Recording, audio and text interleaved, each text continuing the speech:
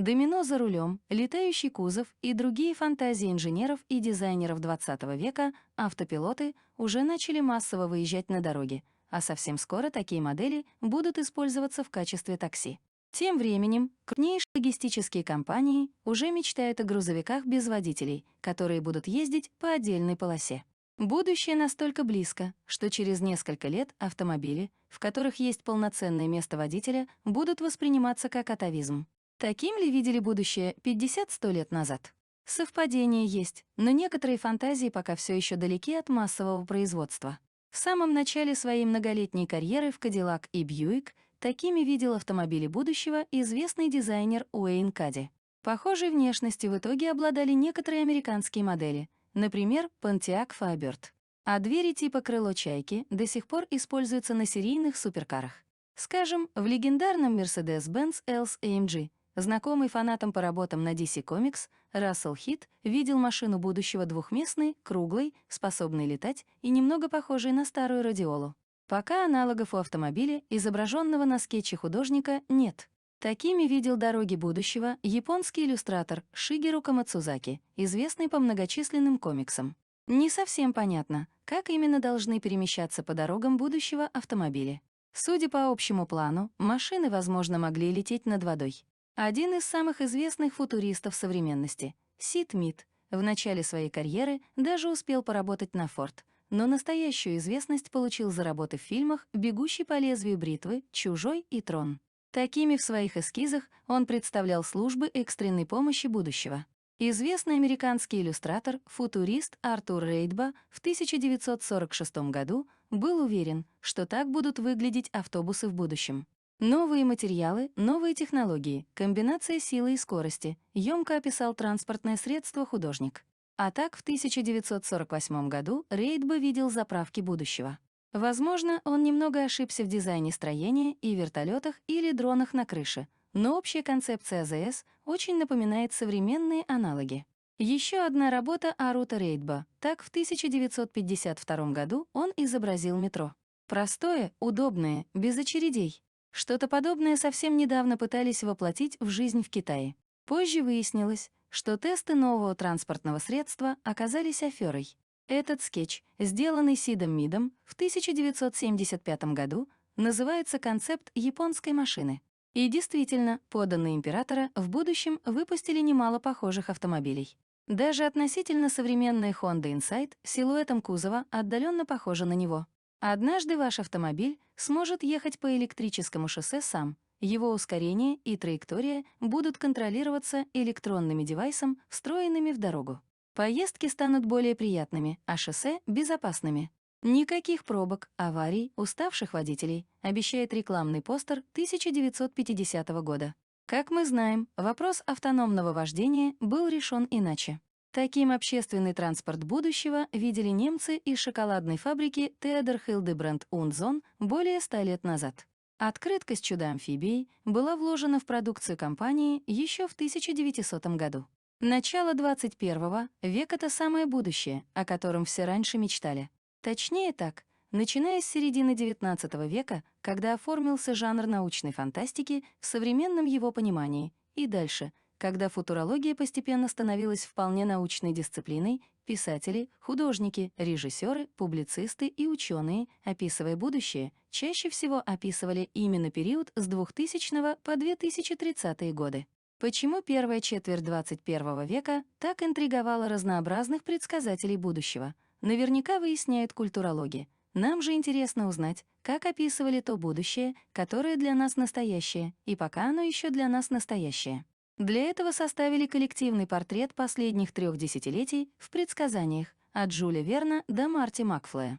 Опера в облаках и аэромобили в виде насекомых, Рабида, был чуть ли не главным французским карикатуристом своего времени и первым конкурентом Жюля Верна среди только нарождавшихся писателей-фантастов, хотя подход к предсказанию будущего у них был и противоположный.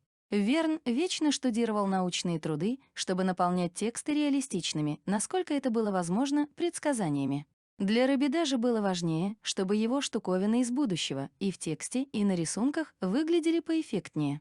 Поэтому у Верна работают автоматические системы по доставке разнообразных блюд. Люди слушают газеты по телефону. проходят рейвы на электрических концертах, а у Робида полицейские гренадеры в шапках с перьями и со шпагой патрулируют небо на розовых насекомообразных машинах.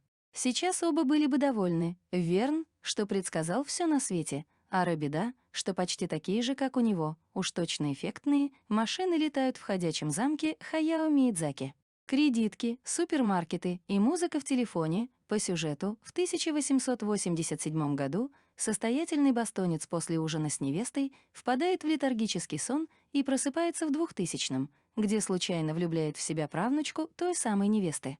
Параллельно с этим показаны США будущего. Социалистическая сверхкорпорация под управлением некоего генерала, где все состоят в промышленной армии, работают и получают одинаково, расплачиваются специальными картами в огромных магазинах-складах и по ночам ставят песни на телефонах. Все спальни у изголовья постели снабжены телефоном, и с сей помощью каждый страдающий бессонницей может иметь в своем распоряжении музыку, соответствующую своему настроению. Роман Беллами был супербестселлером. 11 раз переводился только на русский. Первое издание запрещала царская цензура. По-разному повлиял на интеллектуалов от Горького и Оруэлла до британских урбанистов и стал после выхода вторым самым продаваемым в США после «Хижины дяди Тома». «Автобус Кит» и «Морские коньки» — мутанты для подводной охоты. А еще кинорадиопроекторы, роботы-парикмахеры, летающие пожарные и машины-ускорители для вылупления цыплят на футуристических рисунках французских иллюстраторов под предводительством Жан-Марка Кацце. Эти рисунки создавались сначала как вкладыши для сигаретных пачек, потом как открытки, но в продажу так и не поступили. В 1985 году их обнаружил и опубликовал Айзек Азимов.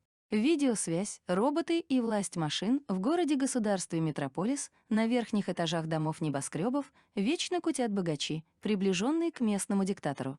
На средних — здоровенные машины, которые поддерживают всю жизнедеятельность города. На нижних, в ядовитых испарениях, живут рабочие, которые круглосуточно и без отдыха управляют машинами. А в подвале полусумасшедший ученый мастерит антропоморфную женщину-робота, которая в 2026 году поднимет восстание против машин.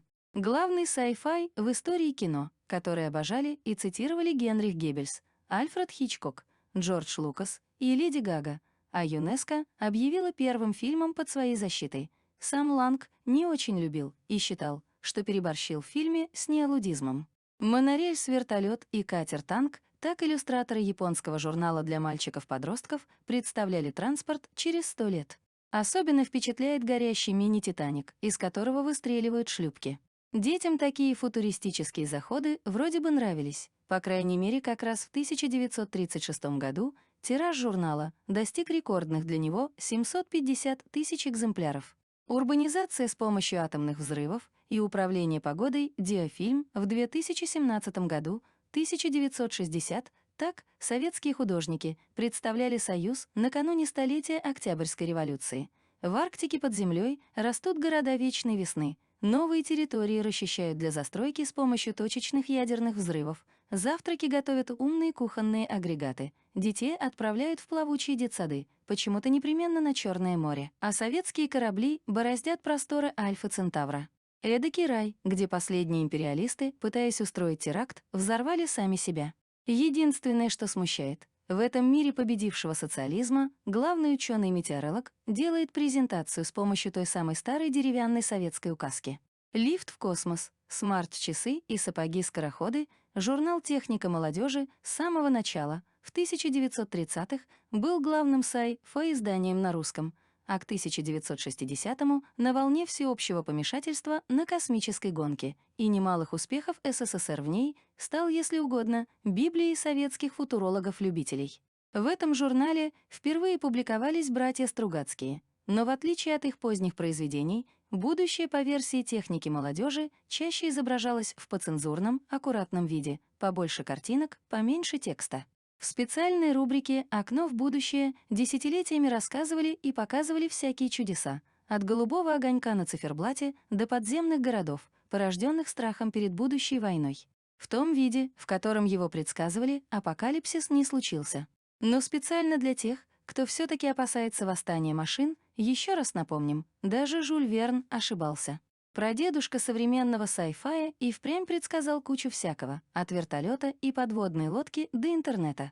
Но и не меньше ошибался. К центру Земли пока что-то никто не спустился, а поэзия не стала запрещенным к печати пережитком. И вообще, к 2043 году нам обещали появление робокопа. Главное, чтобы не в полицейском государстве.